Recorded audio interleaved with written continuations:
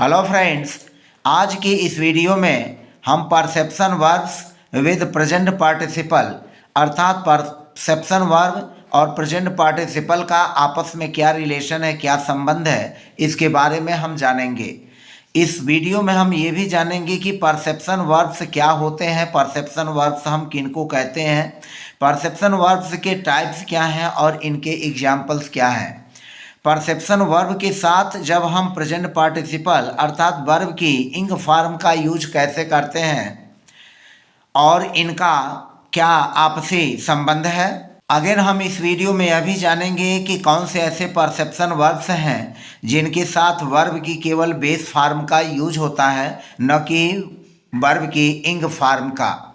तो इस तरह से इस वीडियो में हमने कुल 5 पॉइंट कवर किए हैं और एग्जाम्पल्स भी लेकर के स्पष्ट किया गया है।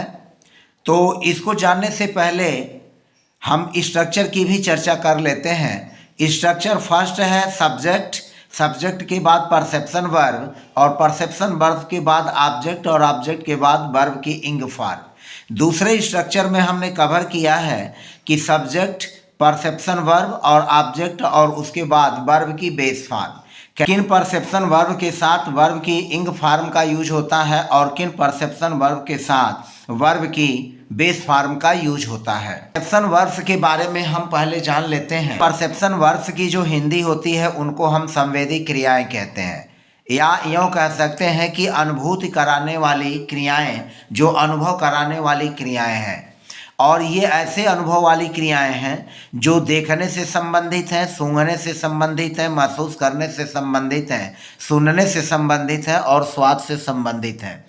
अर्थात परसेप्शन वर्ब्स वे क्रियाएं होती हैं, वे वर्ब्स होते हैं जो देखने, सुनने, महसूस करने, स्वाद में लेने जैसी हमारी ज्ञानेंद्रियों के बारे में ज्ञान कराते हुए चलती हैं। तो यह परसेप्शन वर्ब है। अब हम इस बात की चर्चा करेंगे कि परसेप्शन वर्ब के साथ कौन से ऐसे परसेप्शन वर्ब हैं जिनके साथ V1 और V1 इंग दोनों फॉर्म आता है। देखने, सूंघने, महसूस करने, सुनने और स्वाद से संबंधित जितने भी परसेप्शन वर्ब्स हैं, उन परसेप्शन वर्ब्स के बारे में जानकारी इस वीडियो में आगे मिलेगा और हम एक एक करके इनके बारे में समझेंगे, जानेंगे। परसेप्शन वर्ब्स अर्थात अनुभूत कराने वाली क्रियाएं जिनके साथ वर्ब की बेस फॉर्म और वर्ब की इंग फॉर्म दोनों आता है। इसमें है see, hear, feel, watch, notice, observe. See means देखना, हियर मीन्स सुनना, फील मीन्स महसूस करना, वॉच मीन्स देखना, नोटिस मीन्स देखना और ऑब्जर्व मीन्स भी देखना। तो इन सब के साथ वर्ब की बेस फॉर्म और वर्ब की इंग फॉर्म दोनों आती है। और इसका यूज कैसे करेंगे हम एग्जाम्पल के माध्यम से इनको समझते हैं। एग्जाम्पल्स 1 है, मैंने उसे अंदर जाते देखा। यहाँ परसेप्शन वर्ब है देखना और इस परसेप्शन वर्ब के साथ ऑब्जेक्ट आया हुआ है हिम, उसे। तो मैंने उसे अंदर जाते देखा, चूँकि यहाँ पर यूज होगा सी और सी ऐसा परसेप्शन वर्ब है जिसके साथ हम वर्ब की बेस फॉर्म और वर्ब की इंग फॉर्म दोनों का यूज कर सकते हैं। तो नीचे मैंने जितने भी एग्जाम्पल लिए हैं वह इसी तरह के हैं कि इनके वर्ब की बेस फॉर्म और वर्ब की इंग फॉर्म दोनों का यूज कर सकते हैं। तो मैंने उसे अंदर जाते देखा, तो यह हो जाएगा आई सा हिम एंटर। आई सा हिम एंटर, मैंने उसे अंदर जाते देखा। यहाँ यह जो वर्ब एंटर है इसकी वर्ब की बेस फॉर्म आई। इसी को हम ऐसे भी लिख सकते हैं, आई सा हिम, और फिर एंटर की जगह हम एंटरिंग भी लिख सकते हैं। यानी वर्ब की इंग फॉर्म, V1 इंग फॉर्म यहाँ पर यूज हो जाएगा इस वर्ब से ले। तो आई सा हिम एंटर, मैंने उसे अंदर जाते देखा। आई सा हिम एंटरिंग, मैंने उसे अंदर जाते हुए देखा। अब इन दोनों में फ़र्क क्या है, इस फ़र्क को भी ज़रा समझ लें। आई सा हिम इंटर, मैंने उसे अंदर जाते देखा। जब हम वर्ब की बेस फॉर्म का यूज करेंगे यानी केवल इंटर लिखेंगे सा के संदर्भ में, तो इसका मतलब हुआ कि मैं उस एक्शन को पूरा देख रहा हूँ, न कि आधा अधूरा। मैंने उसे अंदर जाते देखा यानी जब से वह अंदर प्रवेश करना शुरू किया और जब तक अंदर चला नहीं गया तब तक मैंने देखा, यानी मैंने उसे अंदर जाने की पूरी घटना को देखा। और आई सा हिम एंटरिंग का मतलब हुआ कि एक्शन चल रहा है और उस चलते हुए एक्शन को मैंने देखा, मतलब एंटर करते हुए मैंने देखा। अब बाद में वह अंदर कहाँ गया, क्या किया, क्या नहीं किया, उसके बारे में हमें कोई जानकारी नहीं है। तो आई सा हिम एंटरिंग यानी जाने की घटना को मैंने उसे जाते हुए देखा। उसने बच्चों को रोते सुना, तो उसने बच्चों को रोते सुना, यहाँ पर हियर का यूज करेंगे और हियर का सेकेंड फॉर्म हो जाएगा हर्ड। तो शी हर्ड और हो जाएगा she heard the children. She heard the children क्या करते हुए देखा, रोते हुए। तो यहाँ हम वर्ब की बेस फॉर्म का यूज करेंगे वीप, यानी यहाँ पर आया वर्ब की बेस फॉर्म या वीप। तो she heard the children weep, यहाँ द चिल्ड्रेन ऑब्जेक्ट है और हमारा सी जो है सब्जेक्ट है और हर्ड जो है परसेप्शन वर्ब है। तो she heard the children weep, अब यहाँ वीप बेस फॉर्म में है, हम इसको इंग फॉर्म में भी लिख सकते हैं वीप को। तो शी हर्ड द चिल्ड्रन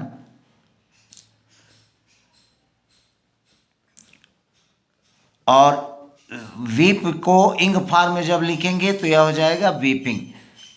और यह बताएगा यहाँ पर V1 का इंग फॉर्म कि हमने बच्चों को उसने बच्चों को रोते सुना, और शी हर्ड द चिल्ड्रेन उसने बच्चों को रोते सुना।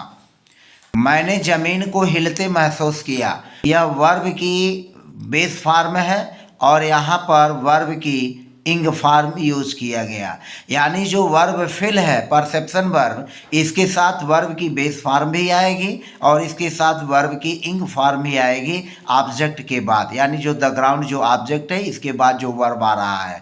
तो I felt the ground move या I felt the ground moving, उन्होंने उसे कूदते देखा, तो सब्जेक्ट दे उन्होंने, और यहाँ पर देखना के लिए वाच का अगर यूज करते हैं तो दे वाच्ड हिम, दे वाच्ड हिम उन्होंने उसे देखा, हिम ऑब्जेक्ट है और इस ऑब्जेक्ट के बाद जो जंप क्रिया है उसकी बेस फॉर्म का यूज करेंगे। तो दे वाच्ड हिम जंप, अब यह जो है वर्ब की बेस फॉर्म। अब यहाँ पर हम इसको जंपिंग भी लिख सकते हैं, तो दे वाच्ड हिम और यह हो जाएगा जंप की जगह जंपिंग, यानी वर्ब की इंग फॉर्म। तो यहाँ पर इस ऑब्जेक्ट के साथ जो परसेप्शन वर्ब है इसके साथ वर्ब की इंग फॉर्म भी आई और इसके साथ वर्ब की बेस फॉर्म भी प्रयुक्त हुआ। अगला वाक्य, मैंने उसकी मुस्कान देखी, तो मैंने देखी आई नोटिस्ड, तो मैंने उसकी मुस्कान देखी, तो यहाँ पर हो जाएगा आई और यहाँ पर हम लिख रहे हैं नोटिस, तो आई नोटिस्ड और फिर हो जाएगा her, I noticed her smile, I noticed her smile. अब यहाँ स्माइल की जगह हम वर्ब की इंग फॉर्म भी लिख सकते हैं, तो आई नोटिस्ड हर स्माइलिंग, आई नोटिस्ड हर स्माइलिंग, यानी यहाँ पर वर्ब की बेस फॉर्म भी और यहाँ पर वर्ब की इंग फॉर्म भी। नोटिस जब लिखेंगे तो नोटिस के संदर्भ में वर्ब की बेस फॉर्म और वर्ब की इंग फॉर्म दोनों करेक्ट हैं। अब हमने जो आगे एग्जाम्पल्स लिए हैं 4, उनमें केवल ऑब्जेक्ट के बाद वर्ब की इंग फॉर्म आती है। इन चारों एग्जाम्पल्स में वर्ब की इंग फॉर्म आएगी और वह कौन से परसेप्शन वर्ब हैं जिनके साथ वर्ब की केवल इंग फॉर्म आएगी।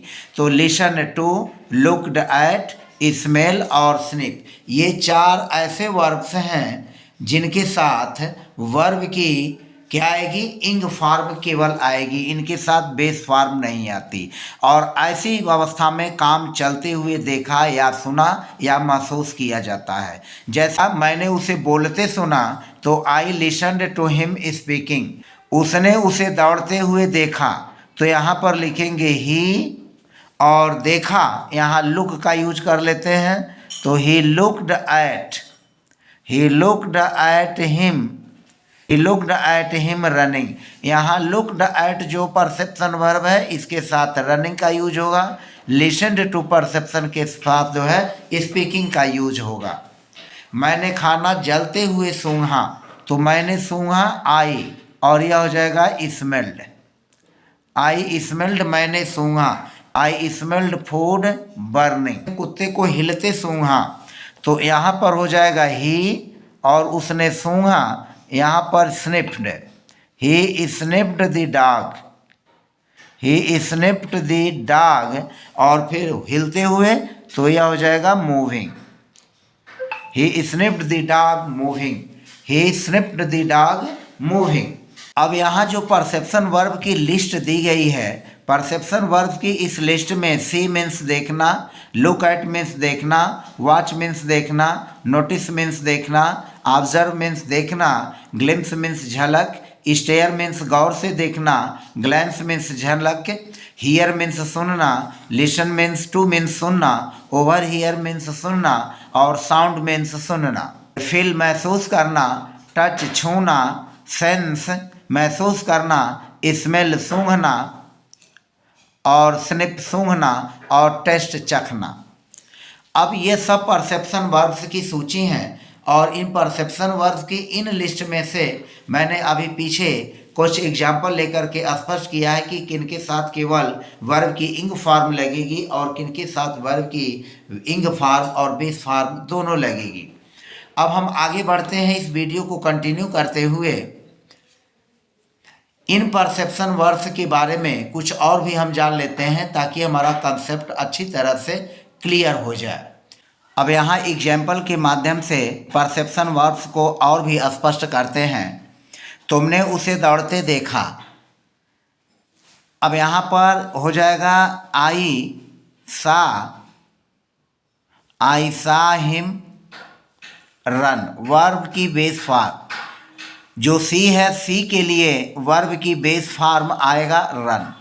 हम इसको ऐसे भी लिख सकते हैं आई सा हिम, और फिर हो जाएगा रनिंग, यानी वर्ब की बेस फॉर्म में आईएनजी जोड़कर, तो यहाँ हो गया रनिंग।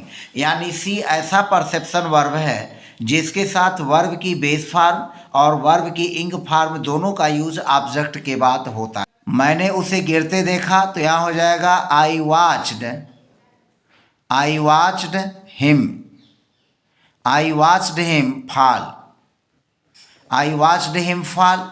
वॉच जो परसेप्शन वर्ब है इसके साथ वर्ब की बेस फॉर्म फॉल आएगी, वर्ब की बेस फॉर्म।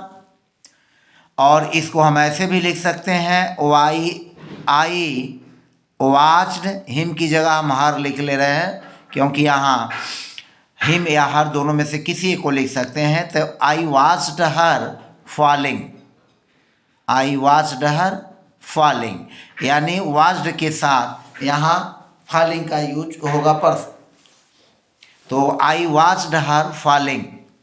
मैंने उसे रोते सुना, तो यहाँ हियर के साथ वर्ब की बेस फॉर्म और वर्ब की इंग फॉर्म दोनों आएगी, तो आई हर्ड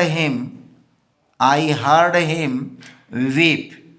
यहाँ बीप जो हो गया वर्ब की बेस फॉर्म हियर के साथ, और हम इसे ऐसे भी लिख लेंगे, इसे ऐसे भी लिखेंगे आई हर्ड हिम वीपिंग।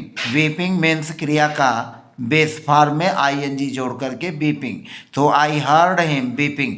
यह सब ऑब्जेक्ट के बाद आते हैं। I heard him weeping. मैंने धरती को हिलते महसूस किया, तो आई और फिल का सेकेंड फॉर्म हो जाएगा felt. I felt the earth,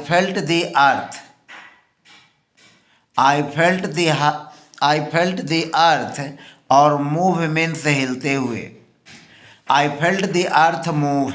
यहाँ फिल के साथ जो है वर्ब की बेस फॉर्म, यह हो गया बेस फॉर्म। मैंने धरती को हिलते हुए महसूस किया।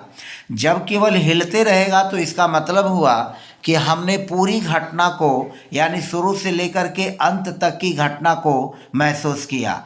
और मैंने धरती को हिलते महसूस किया, जब हिलते हुए लिख देंगे तो इसका मतलब हुआ कि घटना पहले से चल रही थी, मुझे मालूम नहीं था, और जब हिलने लगा तो मुझे हिलते समय महसूस हुआ। तो आई फेल्ट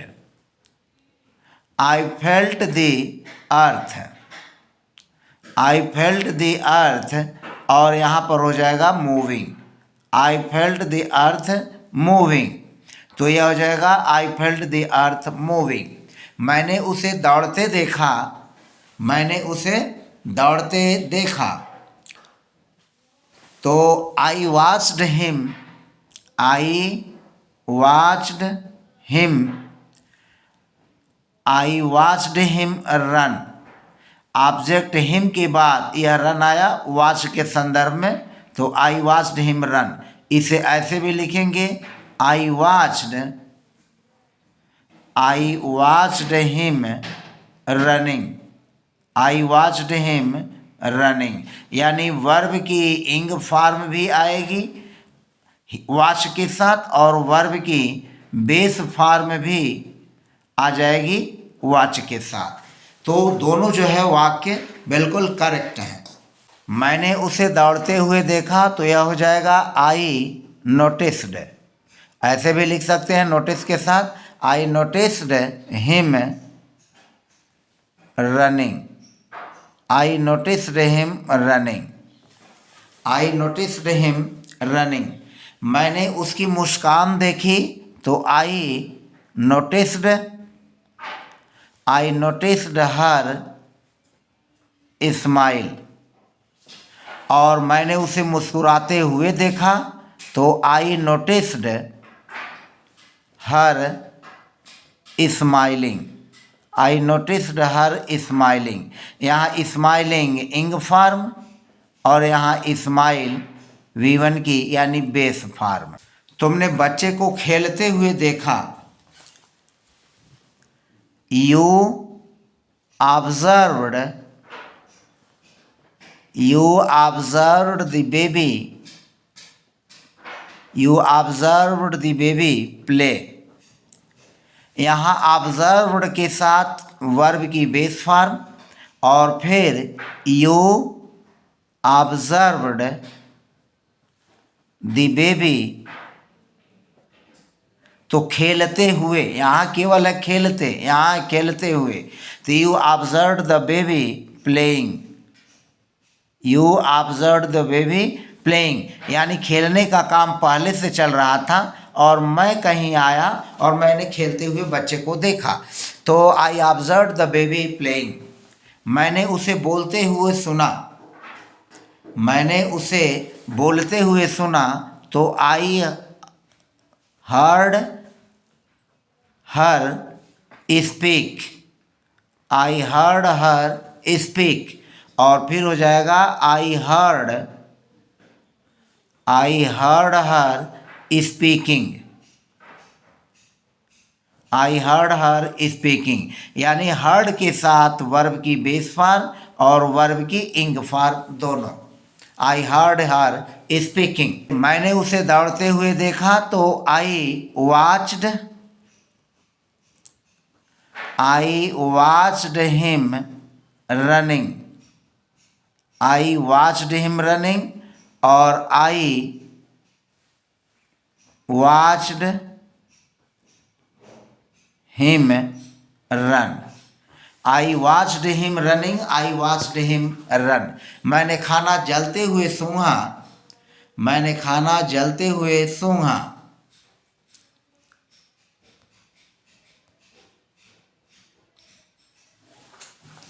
तो यहाँ पर लिखेंगे आई स्मेल्ड फूड, आई स्मेल्ड फूड बर्निंग, आई स्मेल्ड फूड बर्निंग। और अगर आप इसको ऐसे लिखते हैं आई स्मेल्ड फूड बर्न, तो यह वाक्य गलत है, यह वाक्य सही है। यानी आई स्मेल्ड फूड बर्न, यानी यहाँ पर स्मेल के साथ वर्ब की बेस फॉर्म नहीं लगेगी, यहाँ स्मेल के साथ वर्ब की इंग फॉर्म ही केवल लगेगी। बेस फॉर्म का इसे कोई लेने देना नहीं है। उसने कुत्ते को हिलते हुए सूंघा, ही स्निफ्ड द डॉग मूव। और अगर हम फिर लिखें इसको, ही स्निफ्ड द डॉग मूविंग, तो ही स्निफ्ड द डॉग मूविंग यह हमारा सही है और यह वाक्य हमारा गलत है। यह गलत है, यह सही नहीं है। हमारा सही जो है यह वाक्य है, ही स्निफ्ड द डॉग मूविंग। अगर हम टेस्ट वर्ब का यूज कर रहे हैं इस संदर्भ में, तो यहाँ ऑब्जेक्ट लिखेंगे, ऑब्जेक्ट के बाद यह एडजेक्टिव आएगा। जैसे सूप अच्छा लगता है तो लिखेंगे द सूप, और यह हो जाएगा tastes, the soup tastes good. अब यहाँ पर गुड जो है एडजेक्टिव है। The soup tastes good, soup अच्छा लगता है। The soup tastes good, soup अच्छा लगता है। मैंने एक आदमी की झलक देखी। अब यहाँ झलक देखने के संदर्भ में अगर देखें और यहाँ पर हम ग्लिम्प्स लिखें, तो इस संदर्भ में हम यूज करेंगे सब्जेक्ट वर्ब ऑब्जेक्ट का। और ग्लिम्प्स का मतलब होता है एक पल की झलक। इसमें एक्टिविटी देखना नहीं, सिर्फ ऑब्जेक्ट देखना होता है। बात को फिर समझें। ग्लिम्प्स का मतलब होता है एक पल की झलक, इसमें एक्टिविटी देखना नहीं, सिर्फ ऑब्जेक्ट देखना होता है। तो जैसे कहें कि मैंने एक आदमी की झलक देखी, तो आई, और हो जाएगा झलक देखी तो आई ग्लिम्प्स, आई ग्लिम्प्स का यूज करेंगे और तब हो जाएगा वर्ब की सेकेंड फॉर्म ग्लिम्प्स्ड। आई ग्लिम्प्स्ड और ऑब्जेक्ट होगा a man. I glimpsed a man, I glimpsed a man. अब ग्लिम्प्स्ड के साथ यहाँ ऑब्जेक्ट आया, यानी सब्जेक्ट, ग्लिम्प्स्ड हमारा वर्ब हुआ और वर्ब के बाद यहाँ पर अ मैन ऑब्जेक्ट हुआ। तो मैंने एक आदमी की झलक देखी, तो ग्लिम्प्स के साथ हमारा मुख्य मकसद देखने पर उतना ध्यान नहीं है, हमारा मुख्य मकसद आदमी की झलक देखने का है। वह उसे रोते हुए घूर रहा था। इसमें वर्ब यूज करेंगे स्टेयर। स्टेयर मीन्स होता है घूर करके देखना। स्टेयर देखने की एक्शन है, न कि किसी और की एक्टिविटी को परसीव करना। बात को फिर समझिए। स्टेयर देखने की एक्शन है, न कि किसी और की एक्टिविटी को परसीव करना। यानी किसी दूसरे की एक्टिविटी को परसीव करने से कोई विशेष मतलब नहीं है, केवल मतलब यह है कि स्टेयर में देखने का एक्शन हो रहा है कि नहीं। और इसके साथ आम तौर पर प्रीपोजिशन और वर्ब की इंग फॉर्म आती है। प्रीपोजिशन और वर्ब की इंग फॉर्म। अब जैसे वह उसे रोते हुए घूर रहा था, तो ही और ही के बाद स्टेयर्ड, ही स्टेयर्ड, और स्टेयर्ड के साथ आ जाएगा at, he stared at her, और उसके बाद हो जाएगा क्राई, और क्राई के साथ वर्ब की इंग फॉर्म। तो he stared at her crying, he stared at her crying, यानी यहाँ पर वर्ब की इंग फॉर्म का यूज होगा। उसने उसे मुस्कुराते हुए झट से देखा, तो ग्लांस यहाँ पर यूज होगा, और ग्लांस का मतलब होता है किसी चीज़ को झट से देखना। ग्लांस भी मोमेंटरी लुक है, यानी क्षणिक दृष्टि है, क्षणिक देखना है, डिटेल्ड परसेप्शन नहीं है, डिटेल्ड परसेप्शन नहीं है। तो इसको लिखेंगे, उसने उसे मुस्कुराते हुए झट से देखा, तो शी ग्लैंस्ड, और इसके साथ भी प्रीपोजिशन एट आएगा। She glanced at him, she glanced at him, और यहाँ पर हो जाएगा स्माइलिंग, अर्थात वर्ब की बेस फॉर्म में आईएनजी जोड़ करके। She glanced at him smiling. अगर हम इसे ऐसे लिखें, शी ग्लांस्ड एट हिम, और स्माइल केवल यूज करें वर्ब की बेस फॉर्म, तो यह वाक्य गलत है, यह वाक्य सही है। मैंने उन्हें बात करते सुन लिया। इसमें हम ओवर हियर का यूज करेंगे और ओवर हियर असल में हियर का ही एक टाइप है, इसलिए इसके साथ V1 फॉर्म और V1 इंग फॉर्म दोनों चलता है। तो यहाँ पर लिखेंगे आई ओवर हियर्ड, आई ओवर हियर्ड देम, आई ओवर हियर्ड देम टॉक, यानी वर्ब की बेस फॉर्म भी, और आई ओवर हियर्ड देम टॉकिंग, मैंने उन्हें बात करते हुए सुन लिया। तो टॉक यानी वर्ब की बेस फॉर्म और यहाँ पर वर्ब की इंग फॉर्म दोनों का यूज हो जाएगा। फिर आगे देखते हैं, हमारा नेक्स्ट है साउंड। साउंड का मतलब होता है लगना या प्रतीत होना। यहाँ पर साउंड को ध्यान में रखेंगे कि ये परसेप्शन वर्ब नहीं है, बल्कि एक तरह से यह लिंकिंग वर्ब का काम करता है। जैसे यह अजीब लगता है तो यहाँ पर हो जाएगा सब्जेक्ट इट, और साउंड्स लगता है, इट साउंड्स, और स्ट्रेंज मीन्स अजीब, इट साउंड्स स्ट्रेंज, यह अजीब लगता है, इट साउंड्स स्ट्रेंज, यह अजीब लगता है।